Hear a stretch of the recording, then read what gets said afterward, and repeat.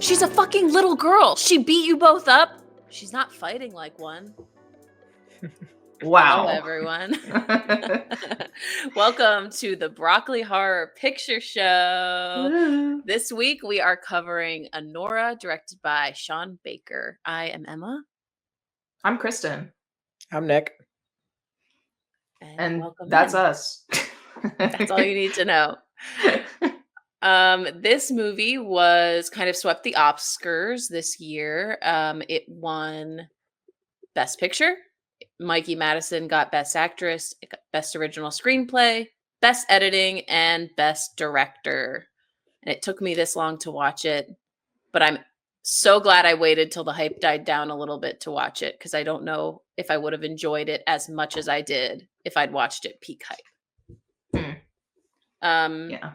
My first impression of this movie was pretty much that it was like a stripper movie. I know that's such a shallow take to say, but I feel like that's a lot of times the first things you hear about movies that are, quote, sexually explicit. I knew Sean Baker directed The Florida Project, and a lot of people love that movie. So yeah, I was interested. I was always on my list, but it was one that just kept getting pushed back. And I knew Mikey Madison from one of the more recent Scream movies. What about you guys?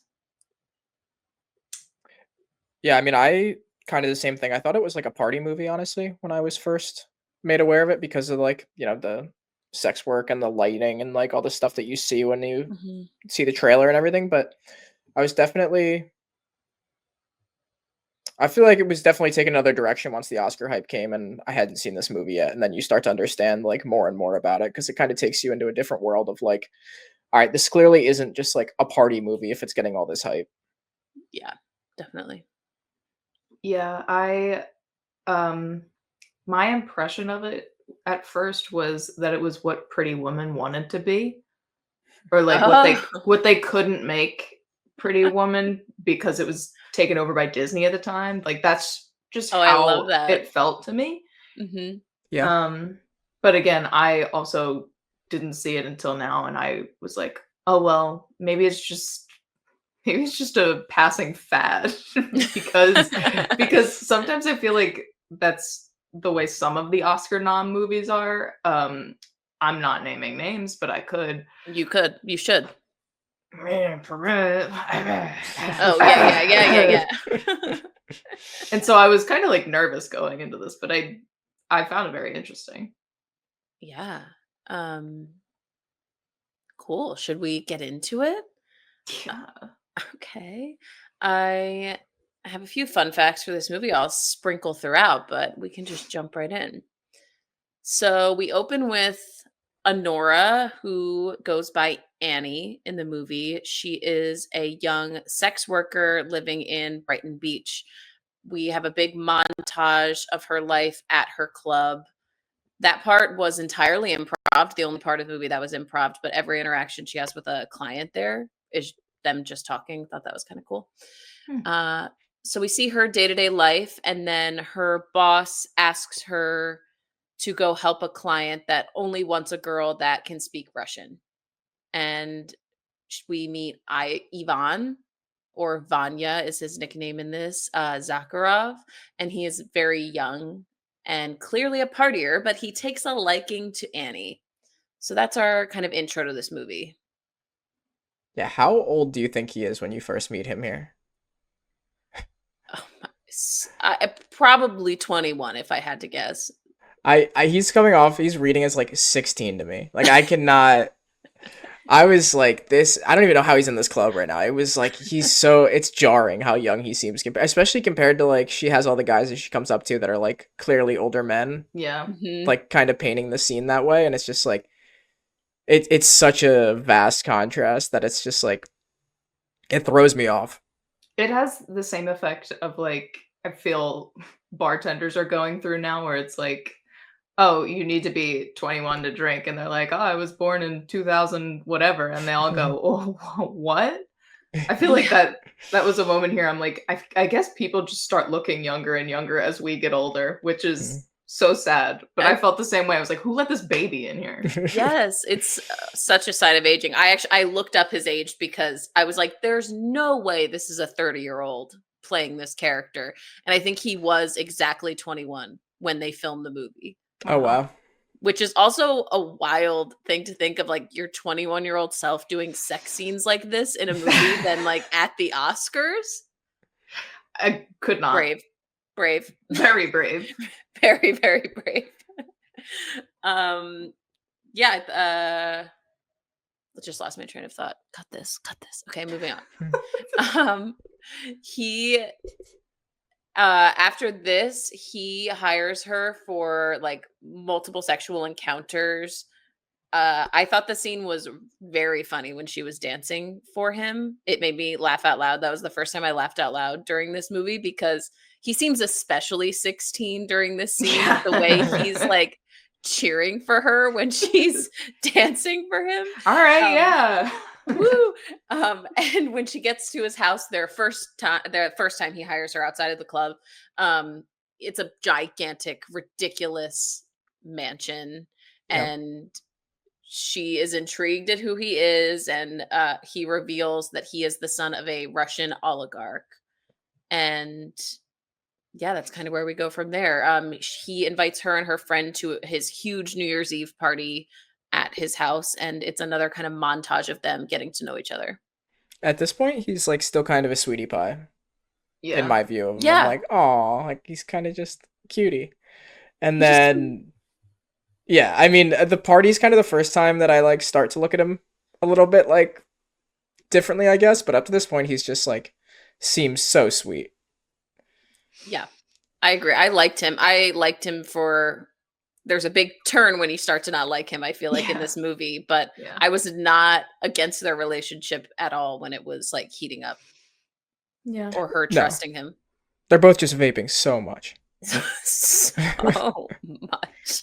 And Um, I don't know. I struggle to ever find vaping looking cool.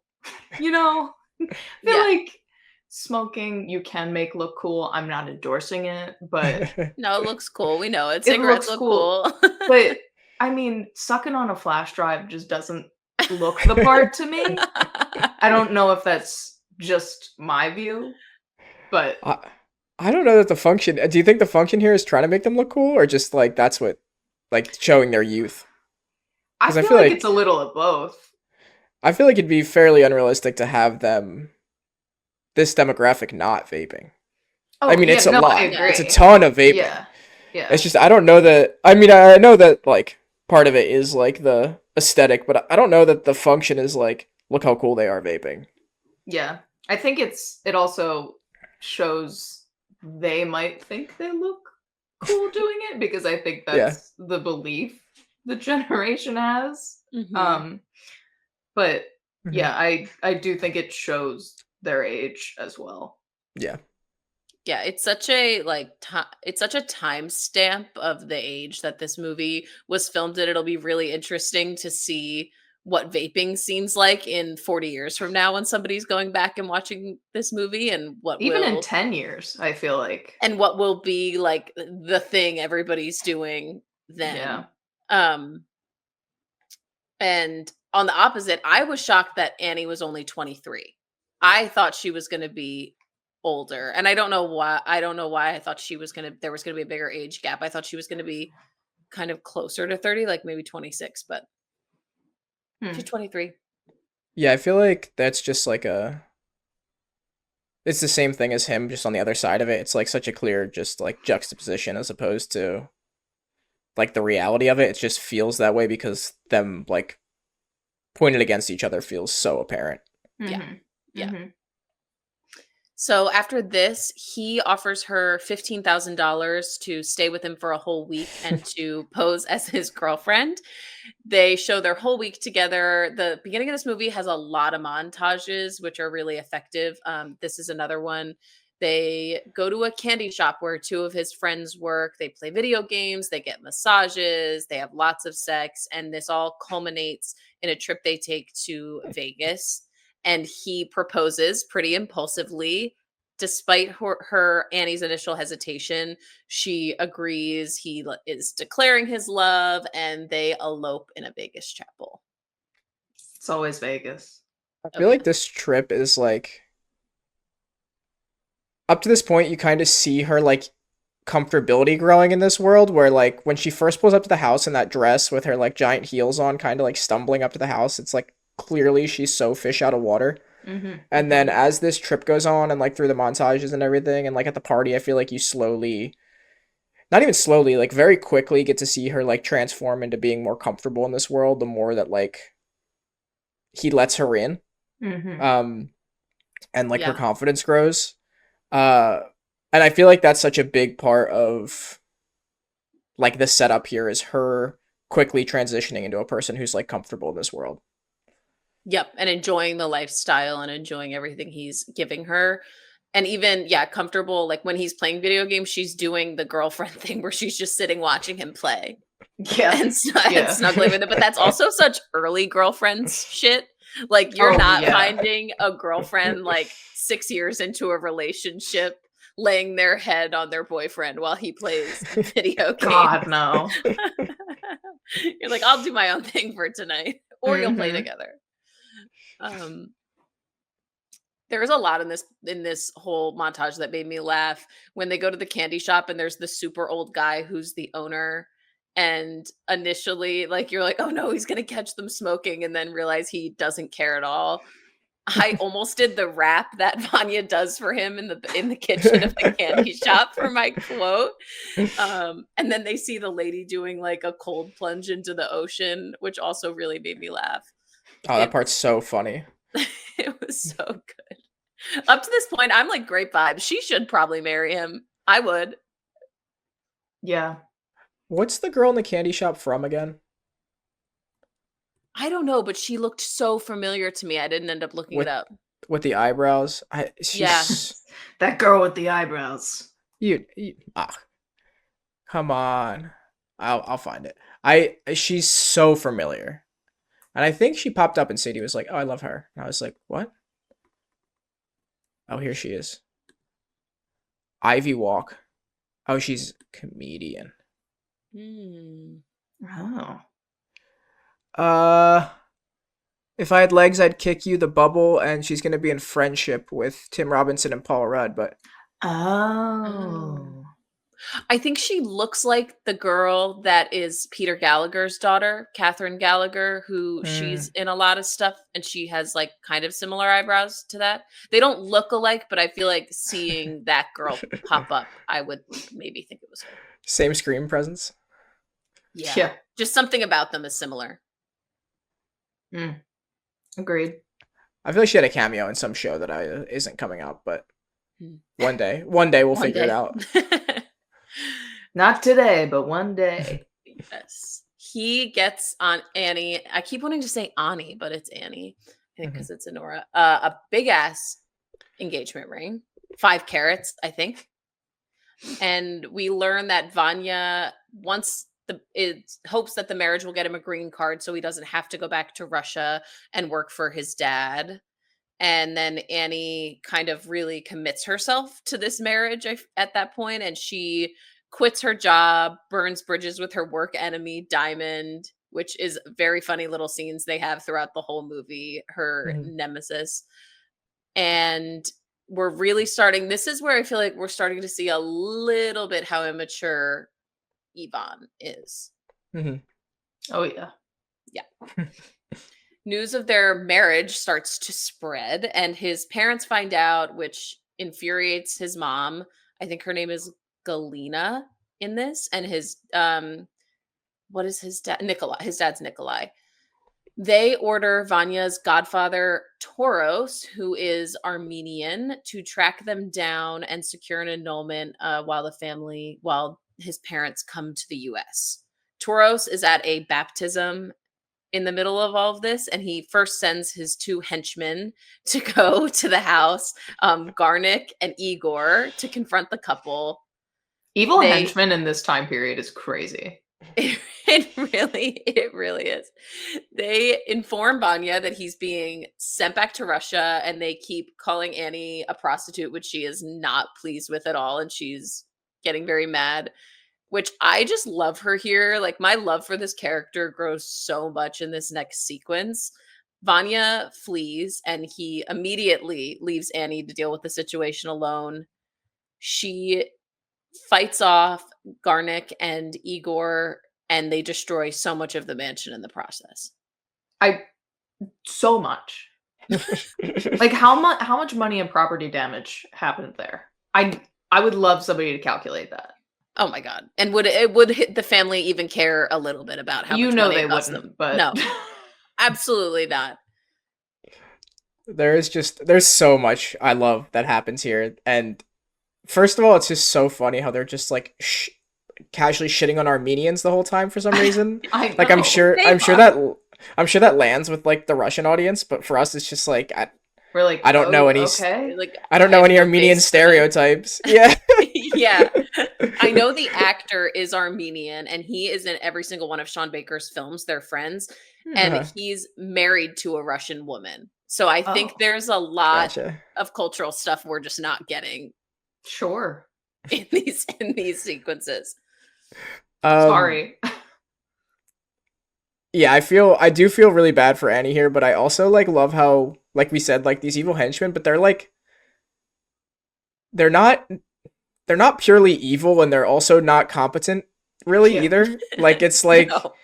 it's not like, I don't even know how to explain it. It's not fully goofy, but it's like definitely a comic relief that they're like just people with jobs that kind of are bad at their job, not like fully just horrible at their job. They're just like some guys that like signed up to do a job that they weren't really qualified for. Like, Garnick is useless. Oh, he's he's the worst. He doesn't do anything. He seems like he'd be useful. Like, he has the vibe of somebody that would be able to do their job, and he just he doesn't do anything. The only thing he does is get kicked in the face. That's the whole thing he does the whole movie. The whole movie, and the rest of the movie is just suffering from the kick to the face every moment he's in it.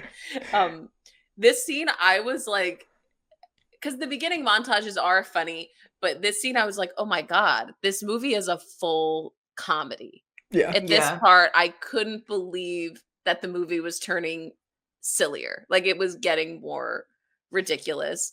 And Igor, love him right off the bat. What a chill guy.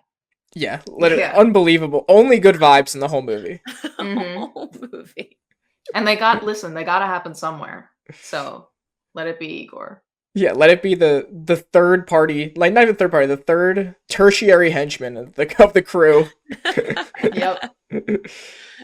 And how long he's just holding her like this on his chest. And she's so mean to him. He's like, I don't know what to do. You're just gonna hurt me, and I don't want you to hurt me anymore. She fights so hard. So hard. I have to wonder if anybody actually got hurt. It's so incredible when she punches Igor, and he's just like, that was a pretty good one. It's the same thing of like that guy from Catfish who's like, you got me there. You got me there.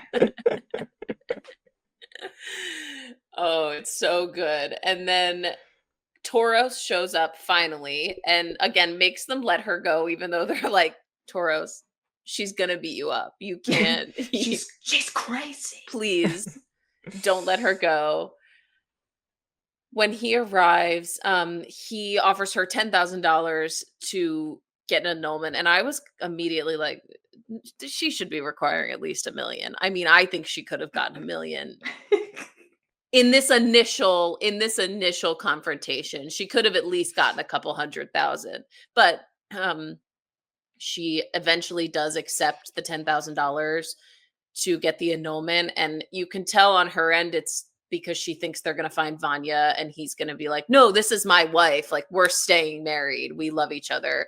And so these two henchmen, Toros and Annie, set off on an adventure to try to find Ivan.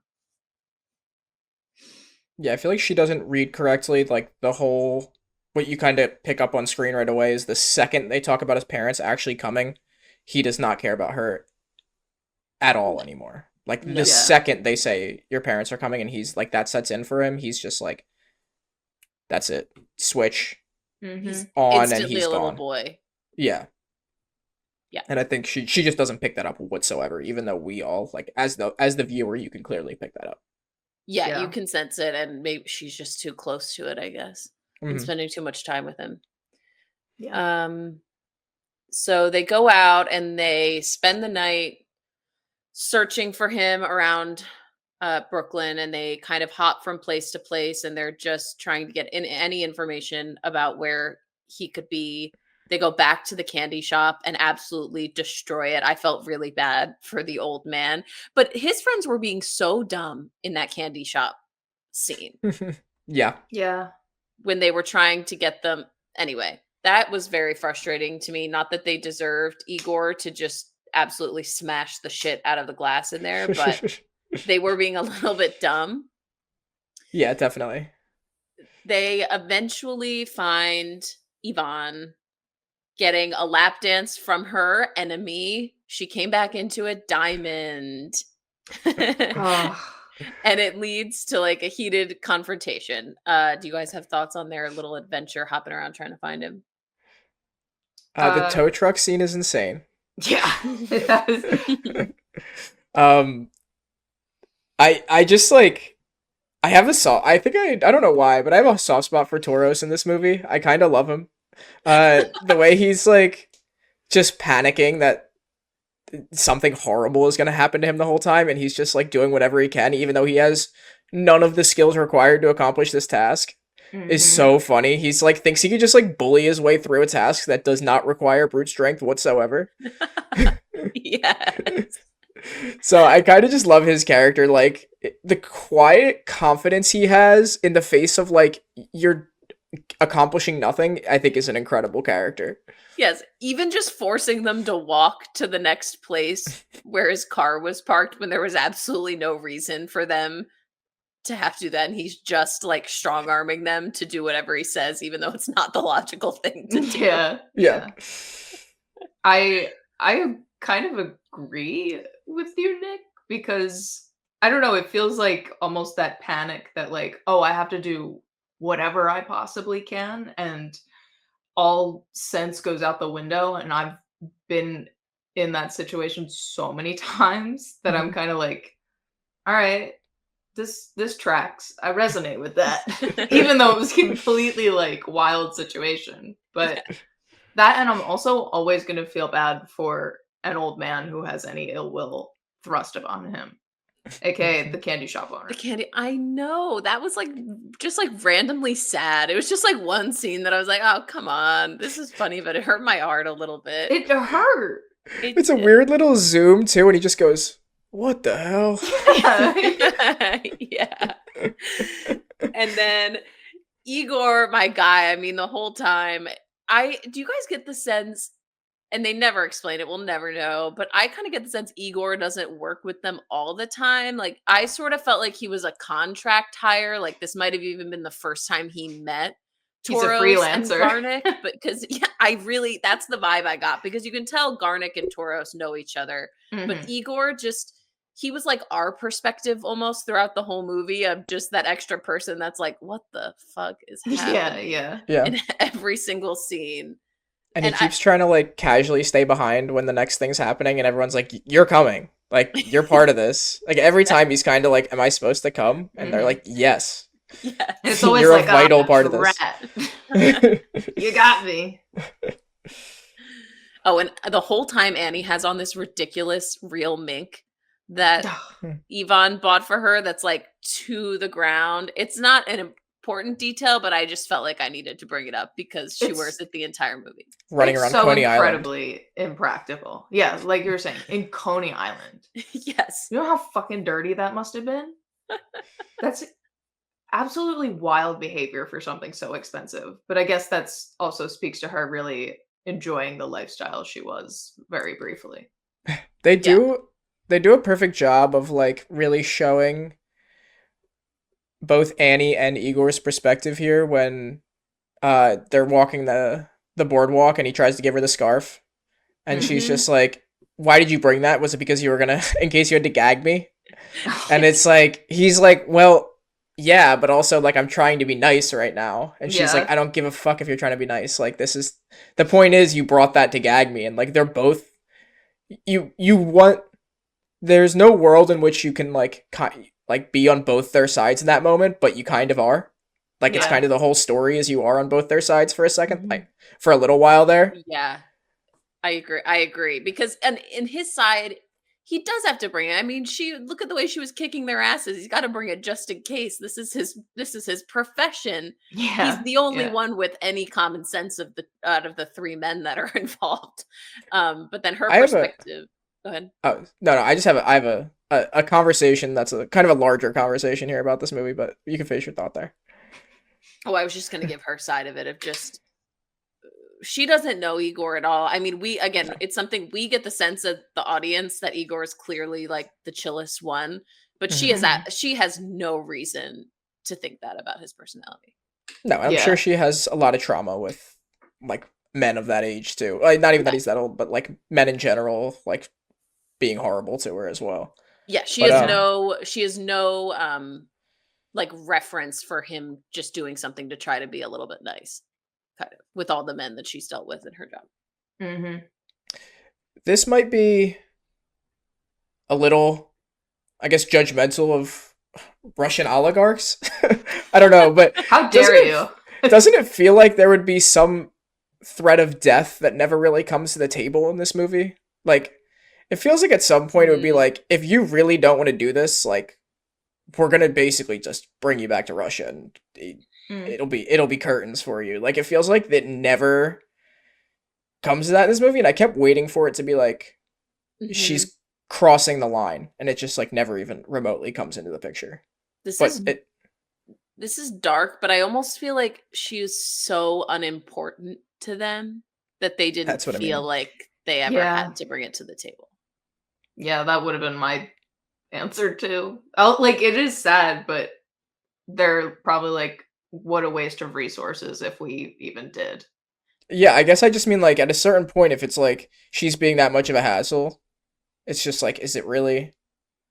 I don't know. It almost seemed like it could have been easier for them at a certain point, Mm. but I don't know. I also it makes more sense later on when the mom kind of puts her in her place about like what her options really are. Hmm. Definitely. Um, so when they find Vanya, he is so intoxicated. He is so messed up And Nico that Montoya. You killed my father. they get him in the car after like it was not an easy process and it's so painful to watch Annie try to talk to him this whole time Mhm. and they go to the courthouse, they sleep there overnight, they get up in the morning to go annul it and they realize that they can't because they were married in Nevada, in the state of Nevada. So they get a private flight from his parents and his parents are on this flight. This is when we see them for the first time and they go to Las Vegas. I, I really thought there was a chance you weren't gonna get to see his dad at one point because they really like show the mom right away and they like go to a whole nother thing and I was like, is this gonna be one of those things where like the dad is just like this like existential threat kind of that Mhm. doesn't really exist in the world and it's, like makes it a little freakier Mm. and then he just comes out as the most normal dude. Yeah. Yeah. Just chillest guy. I thought he was gonna be furious, but they were like did the kind of like mom trope where they let the mom be the bad guy and the dad's just kind of like a dude who gets to like Mhm. live his life as he wants to. And I think it's so funny that they like I don't know, it kind of has like an air to it of like the dad, and then it's not that at all. Hmm. He I has Oh, go ahead, sorry. Go Kristen. ahead. No. I was gonna say I almost wish it were like they were on more equal footing with that. Mhm. You know, I The almost parents. I wanted them to both be equally as angry. I wanted them like even though it was the dad, you know, being talked up the whole time, I was like, it would make sense that mom's angry too, but I wouldn't have thought, like you said, that it was all mom being so angry. I sort of felt like it was showing I don't know, not his power, but like I don't know, this might be a bad take, but like he has bigger things, again, bigger things to deal with. The same thing of like the why didn't they just kill her? That this is such a, he almost sees it as a non-issue because he just is like, oh, well, they're going to get annulled. This is going to take like what, a couple hours. And he isn't really engaging. I don't know. Mm. And he seems to be, he's clearly not he's not parenting Vanya. Right.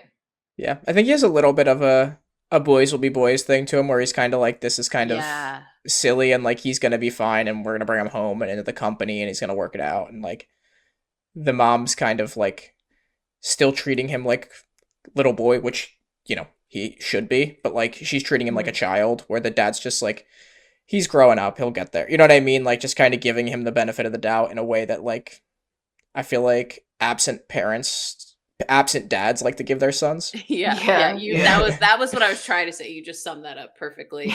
And the mom is literally just boy mom, just toxic boy mom. Mm-hmm. She is the definition of terrible boy mom. Yeah, of you caused this. Yeah. So when they get to Vegas, Annie is really trying to salvage this marriage right up until the last second. And she's trying to prove herself at first to Yvonne's parents, and she tries to address them in Russian, but the mom is so mean. And Anora like says, oh, I never signed a prenup, I'm gonna sue you for everything you have. And then the mom pretty much is just like, I will literally destroy your life if you try to do that.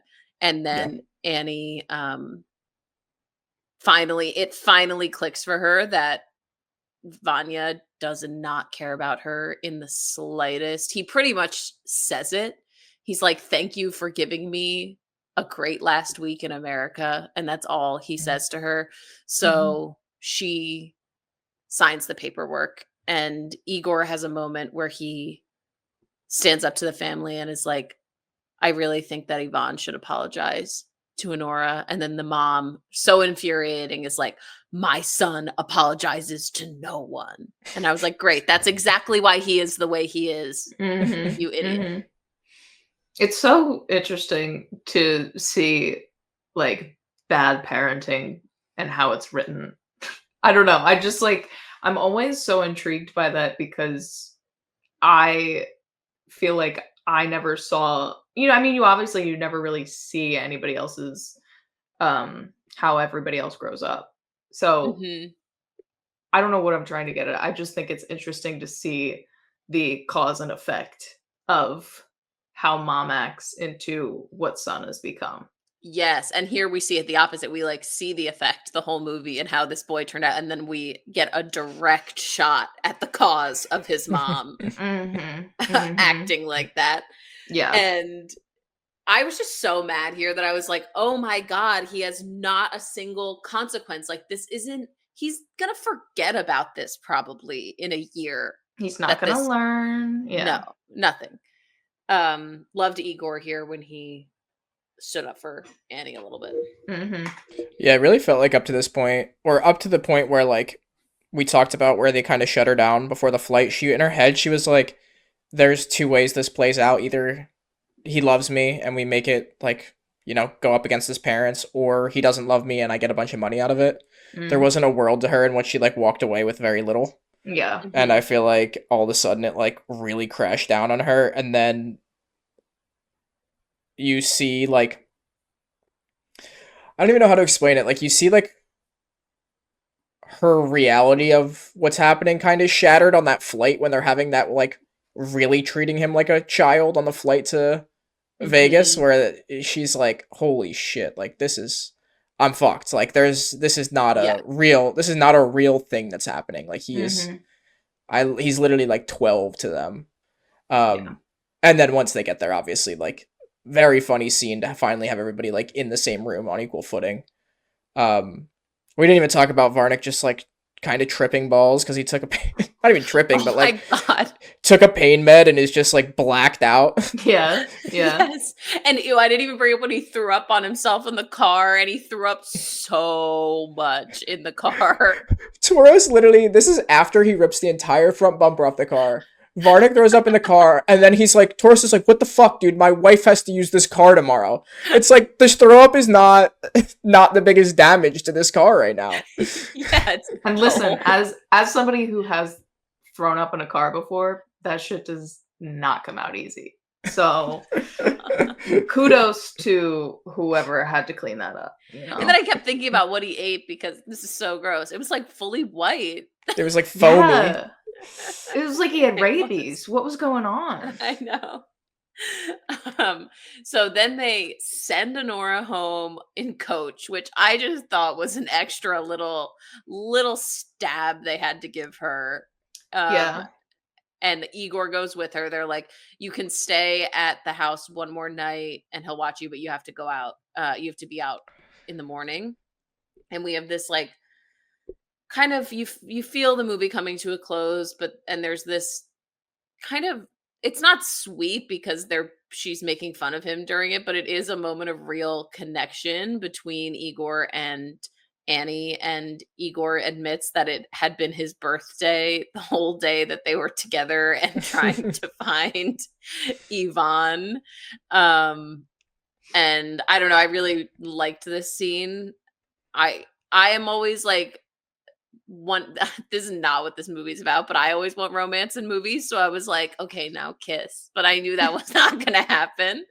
And then you're really giving Annie the benefit of the doubt there. She calls him a rapist here. This scene's only romantic one way, in any way. She is so mean to him. I understand, like, she's been through a lot, and like, I forgive her, but that scene is also like, she is tearing into him. She says he has rape eyes. Yes. Oh my God. I watched it 2 days ago and I already forgot about this part because I'm so like, it could be cute, but it could be one day. No. Yes. She says he has rape eyes, and then he is really just plainly like, I am not a rapist. I wouldn't have raped you because I am not a rapist. Such a good way to explain not raping somebody. Yes, like the only, like, any other defense would seem too defensive. Yeah. And yeah, she was just convinced. It really is a big window into her trauma and her life experience, that she can't really fathom that there's a man that if he wasn't left alone with her, like he would rape her. That wouldn't rape her. She is bitchy Eilish here, though. Oh my God. Yeah. She is mean to him. And that's after he tells her it's her birthday. It was his birthday, if I'm remembering correctly. Yeah, and he's just smoking her out. Yep. Mm-hmm. Yep. And then in the final scene of this movie, which it's so interesting because I think this movie is hilarious, the whole thing, and that it ends on such a sad moment. Mm-hmm. It changes your view of kind of not what the whole movie was, but it definitely, you leave the movie with a really different feeling than you felt during the whole thing. So yeah. Igor takes her home, and he, in just like out of complete goodwill and kindness, gives her the giant ring that Ivan had given her. And so for her to do whatever she wants with, obviously sell. And she responds to that. There's like a very long silence. She responds to it by having sex with him. And then, but it's very abrupt. It's not, I feel silly for calling the scene before romantic because this is not what this is. It's such a response that she feels required to do. And then when Igor, who was clearly catching a little bit of feelings, therefore tries to make eye contact with her, she pulls away, and it's like kind of like it gets like so physical, not in like a fight way, but it's just hard to watch. And then she collapses onto his chest and cries while he holds her, and that's the end of the movie. Yeah. It is kind of really somber in ending because, what she thought was purely transactional and he actually might have had romantic intent is like speaks to the industry, speaks to, women in sex work and how they are treated by men. Mm-hmm. Yeah, it feels like it almost feels, and I'm gonna sound weird saying it, but it feels like a fairy tale, like one of those storybooks that like someone's telling their kid, like Princess Bride, the grandpa telling the kid, but it feels like the fantastical side of things, like everything was, it's this rich guy, he's like, prince, that kind of thing, and I'm the princess, and but it comes back down and kind of really crashes into reality at the end. Yeah, it does. You're right. And the colors change so much throughout this movie. And this is like the grayest Mhm. part of the whole thing. Quietest. Yep. Mm-hmm. Yeah, you just hear like the engine idling, just like quietly humming, and it just carries on into the credits, which is like leaves you feeling so, I don't know. I don't want to say empty because you don't feel empty. You feel like, I don't know. You feel kind of hopeless at the end of it, honestly. But like, Mm-hmm. I feel like this movie is almost impossible to talk about, and I'm sure it pisses people off a lot, but it's like almost impossible to talk about without talking about like the classism involved Yeah. and like the Yep. commentary on sex work. Yep. So I'm gonna Mhm. go on a long rant about how I feel about sex work. The morality and legality of sex work. I'll read an essay off now. Listen, you have a mic. We can't stop you. Yeah, we You can. could. Now, could I? Yes, I could kick you from the Yeah. studio right now, but I won't. Nick's Wi-Fi just dropped out, everyone. Oh, sorry, guys. But yeah, I think that that's such a like, I mean, it's been talked about so much when you talk about this movie. It's like really most of the discussion I heard around it was about, classism and sex work, but Mhm. I think that's the fairy tale aspect that comes through is just like the Cinderella of it all. Like, Yeah. jumping up into the next world that you kind of dreamed of, and it's kind of showing like in a way that The Boys is kind of a reaction to like showing the dark side of heroes and like Mhm. what the world's actually like when it's this setting. I feel like this is a response to like the classic tropey Cinderella Disney princess where it's like this is what actually happens in the world. This is the dark side of it when you actually like try to accomplish this thing that's like a fairy tale, like you said. Yeah. I was listening to a podcast with Sean Baker, and the person interviewing him had a really interesting way to describe his movies. And she said, your movies are always about people who the American dream left behind. Mm-hmm. Mm-hmm. And I thought that was so interesting. And he got more into about people had asked him, like, when are you going to make a movie about rich people? When are you going to do it? And this was his movie that he made that was about Mhm. rich people. Yeah. And I thought it was such a beautiful movie. And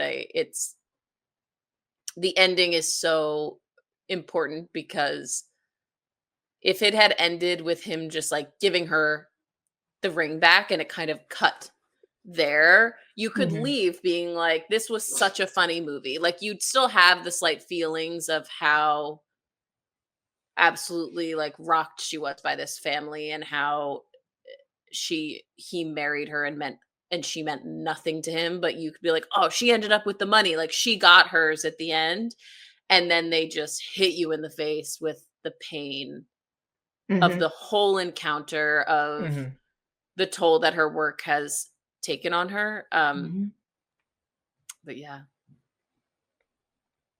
Uh, yeah, I think it wouldn't have been nearly as meaningful in any way, shape, or form if they did not bring it down at the end. I think Yeah. 100%. I think it wouldn't have given its message. I think it would have been billed as purely a comedy, clearly, but Mhm. it would have almost diminished like having the sex work aspect of it in my mind, because Definitely. there's sure, I mean, maybe someone has been taken away by a rich man and gotten all their dreams come true, blah blah blah, but that's so often never the case with sex work. So Mhm. yeah, I would struggle to see tone wise how else they could have ended this.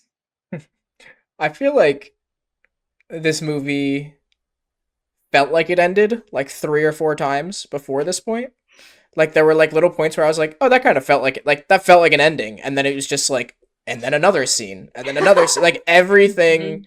everything after the divorce felt like it was a final scene in the movie Mm. until it just like all the way bottomed out. But yeah, I mean, I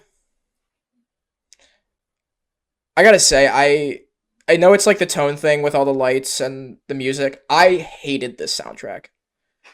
I thought the songs were Interesting. horrible. I don't know. I did not expect you to say that. I don't know what I expected. I love a music take. I But love yes, it. give it to us. I want to hear it. I mean, I don't love like. I think we're. I mean, I don't know where you guys stand on it, but I think we're on a similar page where it's like I'm not necessarily a fan of like club music in general. Mm. I mean, there's a time and place for sure, but like, not an entire 2 hour movie where it's like bumping. Mm. Yeah. And I don't know. I thought it was used so much. Like even in the sex scenes, I was like, this is just a lot for even this movie. Mm-hmm. Mm-hmm. Mm-hmm. I, to be honest, did not notice the music that much in this movie. But I think it's just because I thought it was bad music. I don't even think that it was out of place. I think I just thought the songs were bad. I noticed it because it was terrible. Yeah. your filed complaint. Yeah. I honestly, I don't think I noticed it that much. I'm someone who enjoys like club and house music, but Mhm. again, on a smaller scale. Yeah. Yeah. I think in some regard it does speak to like the almost erratic nature of the characters. Mm-hmm. And for that I can see why they did it, but I can also see why you're like, dude, turn it down. You know? Yeah. Yeah, like I understand like the whole whirlwind aspect, like we said, like there's the bright lights, the neons and everything. Mhm. But there's just a certain point where it's like like you said, like I enjoy club and dance music, but it's like that bad like poppy club mix where like people aren't really singing, but they're just kind of talking through the beat until you get to the bass drop. And I looked at Sadie, I was like, I'm sorry that she was watching, but she wasn't like too locked in, but I was like, it's gotta be so annoying that this just keeps blaring out of the TV out of nowhere. And you look up and it's just like people making out. Like what? Yeah. Now, I have to ask, do you have one of those TVs that awkwardly gets louder when music comes on and then goes No. back down when there's dialogue? No, my sound bar is pretty good with that. I think it was mostly just like if you're not fully watching, like it's gonna catch your ear a lot more than dialogue would if nobody's talking over it and it's just like a Full House song playing. The only reason I ask is because growing up, my cousins had a TV where it's like you had to mute the TV during commercials because it would get so loud. The George Lopez song would be coming out. Oh my god! Oh, horrific! My 3 a.m, you would think it was Normandy. That song. Oh my god. Wake up like the Undertaker. The mom in George Lopez was my husband's first celebrity crush, and I just need everyone to know that. All right. I just find that so fascinating. I'll have to bring that up next time I see him. All right, Anyway. I have some random laundry that I have to Air it out, brother. clean about this movie. So Okay. Sean Baker, I think it's worth pointing out he got flamed for when he finally blew up and everything. Like not finally blew up, but like really got big during this movie. he was following IDF babes, which is just a hilarious little fact. It's just a page about women who worked in the Israeli Defense Force. Like, that's one of the pages he followed. We don't have to have a conversation about it. I just think it's so funny that that's like the controversy around this movie and him. Worth noting. It's just the funniest controversy to come up. The controversy I saw is that they didn't use an intimacy coordinator. Yeah. And Mikey Madison had some line about it that was like, well, me and Sean Baker like worked. I need to find her quote about it, but everyone was like, I guess you don't need one, but it's still, this movie has a lot of sex in it.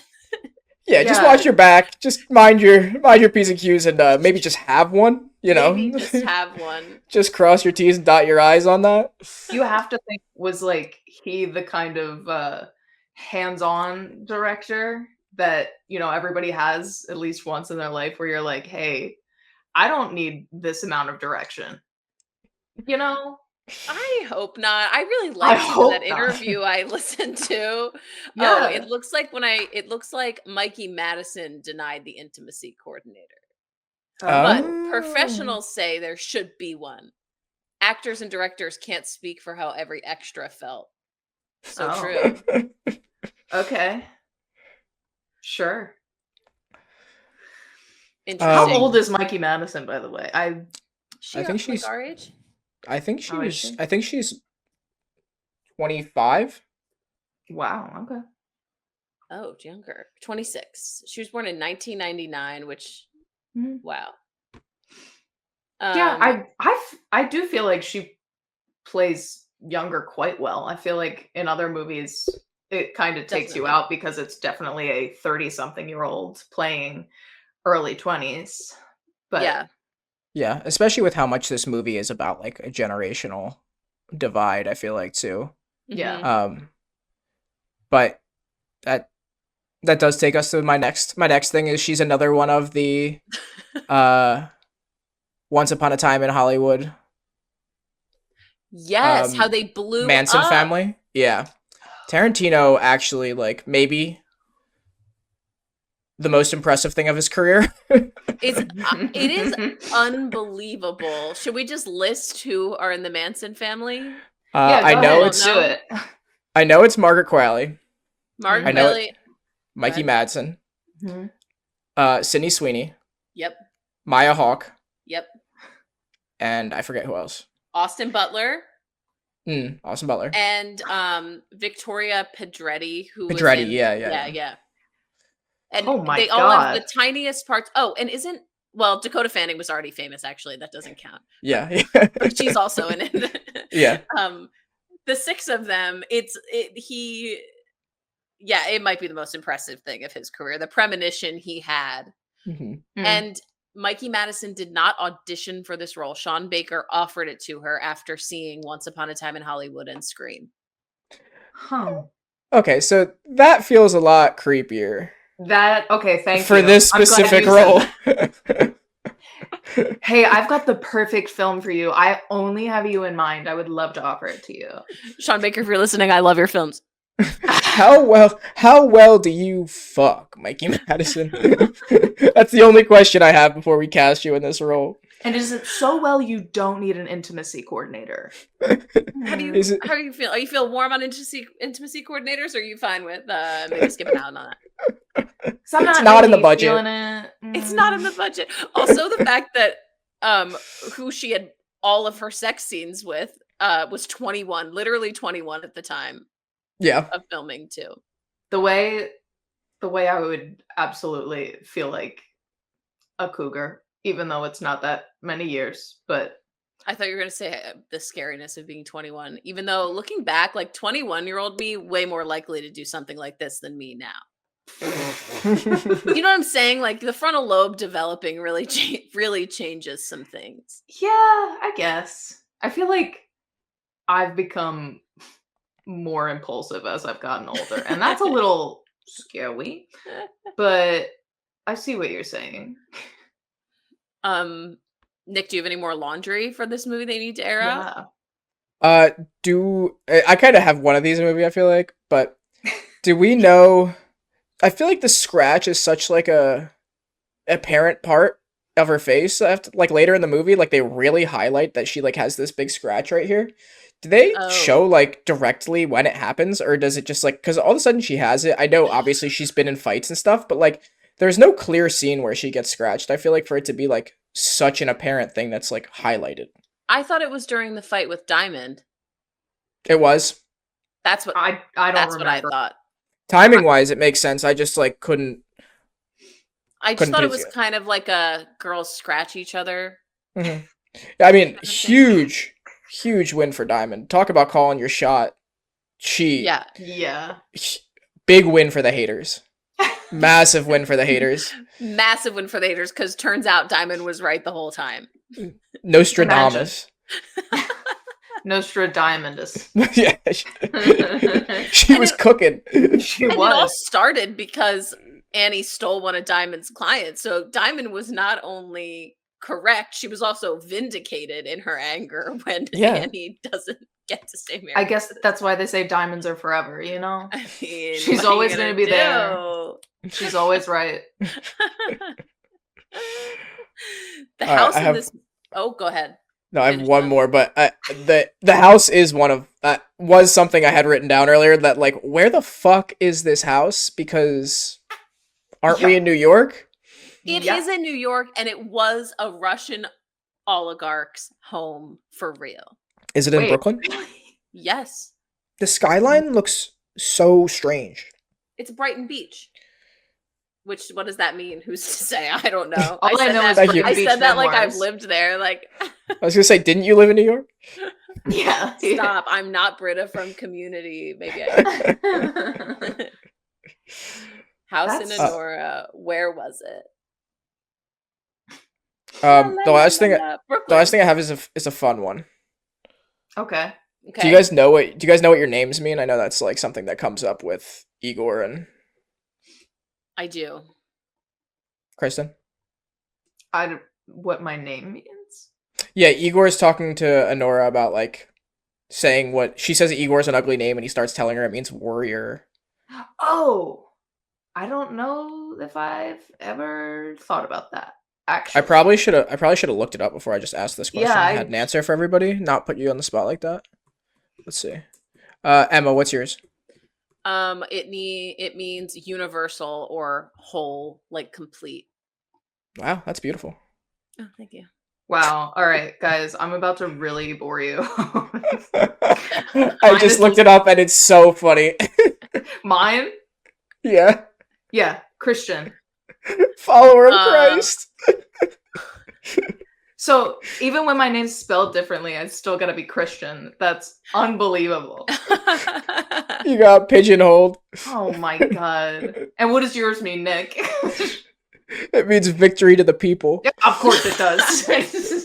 I just shoehorned this question in so I could say that because that's fucking sick. I didn't even know it. I didn't know it until like a month ago when I met a guy who was doing a speech at the place I work, and I greeted him at the door, and he walked in, and he was like, "What's your name?" I was like, "Nick." He goes, "Victory to the people, my brother." And I was like, whoa. I was like, it's a crazy way to say hello.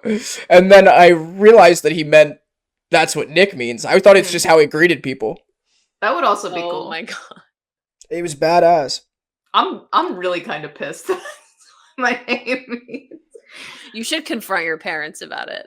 Well, they didn't choose my name for its meaning. They just chose it because they liked how it sounded. Well, they should have looked up its meaning. I guess. They also gave me one of the most common middle names in the world, so And what? No. Second guess. Elizabeth. Marie. Mick got it. Oh, shit. Yep. Any somewhat Italian girl from the last 30, 40, or 50 years has the middle name Marie, Yeah. in my Marie. mind. Yeah, my sister's Eva Murray. See? Do you know anyone with the first name Marie? My grandmother and my aunt. I Oh. was going to say I have a great aunt, yeah. My aunt is actually Rosemary, Ooh. which Oh, is that's nice. very Italian. Yeah. She goes by Ro. But yeah, my grandma's Marie. Okay. I know crazy. one girl that's our age named Marie. Oh, I know two girls our age named Marie. I don't All right. Oh, wait, no. I know one girl. Okay. Okay, never mind. It's not just a middle name. I was going to try to make that argument, but nope, it's a first name But too. it's rare. It's rare compared to the middle name. Yeah, definitely compared to the middle name. I feel like it's a good, like, I've also realized moving to the South that a lot more people go by their middle name, like first and middle name down here. Oh, yeah. Mm-hmm. And that makes Marie come up a lot too. That always bugs me. I'm sorry. Like, maybe it is a Southern thing, but up here, I'm like, who are you doing this for? Pick one. I grew up with a girl who, shout out, we're still like Instagram friends, Anne Claire. And I thought Anne Claire was like a very common, like, I thought it was like Mary Kate. That it, plenty of people around the world were named Anne Claire. But no, shout out Anne Claire if you're listening. She has me on her close friends on Instagram, and I love that. Thank you. This one's for you, girl. This one's for Anne Claire. I think that's all my things. My only other thing is that Sean Baker, a positive note on Sean Baker, one positive out of this conversation. I didn't know we were going to be hating so hard on Sean Baker, but hey, neither did I. We're just investigating. We're just uncovering the truth and we're talking about it. I don't know. He edits all of his own movies completely by himself. And he won't edit. He edits the movie in order and he won't move on to the next scene until the scene he's working on is completely finished. So he said he doesn't know if his movie's good or not until he has finished editing it completely. That is so wild to me. My brain could never. I know. Something about it feels satisfying, but when you really do think about, like, none of his producers can see a cut of it before he's done editing it entirely. So, I mean, it's probably just blind faith at that point. Blind faith in his skills. And this year paid off. He really doesn't want anyone else involved in the finishing. Oh my god. That's been the theme of Sean.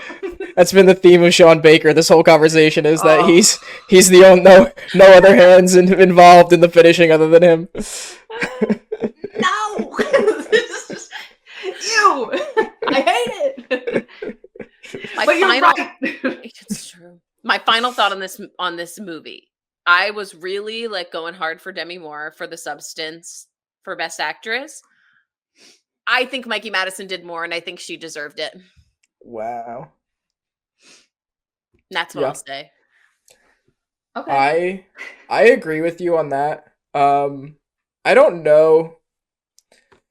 I get why it did so well, but I don't know that it was that incredible to me that I was like, it should have swept.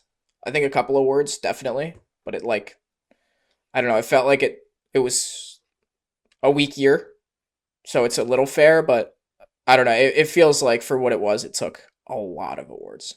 I'm on similar footing there. I am kind of surprised at how many awards this won. Now, Mikey Madison, I think, was spectacular. Yeah. But like, to me, this, like you're saying, Nick, it must have been just such a dry year because this didn't feel like a Best Picture to me. Mm-hmm. I had my tune changed. Like, I kind of couldn't believe. I'd have to relook at what the other ones were. Like, before I had seen it, I really didn't think that I was gonna like this movie and think it kind of deserved it. I don't know. I was blown away by this movie when I watched it this weekend. I guess I just didn't have many expectations, and I thought it was just so funny. It would like subverted all my expectations. I just said I didn't have expectations, and then I said it. It subverted my expectations. But anyway, I thought it was Best Picture worthy. Long story short. Okay. So we're looking at Anora, Amelia Perez, A Complete Unknown, Conclave, Nickel Boys, I'm Still Here, The Substance, Dune 2, Wicked, and The Brutalist. So I don't think there's anything on that list that I'm like, wow, that totally should have. Like, maybe we'll look back in a couple years. I think my favorite movie on that list so far is A Complete Unknown. Mm-hmm. But I think that was given a bone as a nominee. I don't think that was really ever gonna win Best Picture. I Yeah. mean, my favorite might be Dune 2 actually, but it's the same thing. It's like Dune 2 wasn't going to be I know. Best That's what I was Picture. gonna say. Like Dune 2, I love a giant, epic, huge movie. So I feel like movies like Dune 2, I want them to win Best Picture because I find them so exciting. Or even Wicked. It gives more of Mhm. the vibe of like this gigantic production that it's cool to see those movies win Mhm. Best Yeah. Picture. But I don't think Anora was undeserving given that grouping.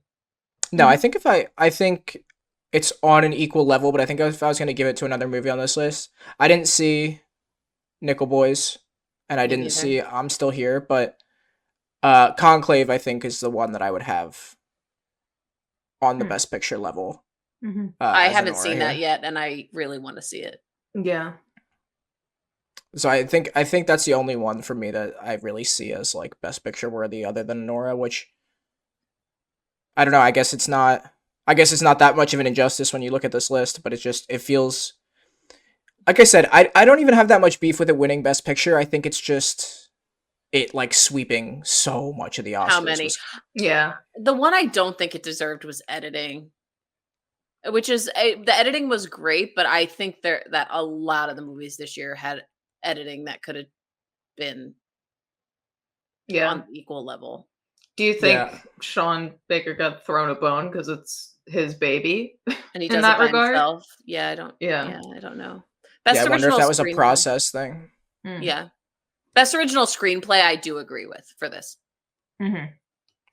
But anyway, Yeah, but that's like the lane I see it in. Like that makes a lot of sense to me. yeah, yeah, because it's independent. It's what I Mhm. always feel like independent films win best original screenplay, and Yeah. they usually should. Mm. Yeah. Mhm. Um, but that was Anora. Food. There really wasn't a ton of food in this movie. No. There's a Um, burger. there's a burger, which I've already made a burger though. I know, that's why I said it, because I was like, there's just always gonna be a burger because it's the There's easiest thing to like hold and Yeah. eat in a it movie. is and always going to be French fries. Mhm. I was thinking of doing like some type of candy, maybe making some type of candy because they're in the candy shop at one point. Mm. Ooh.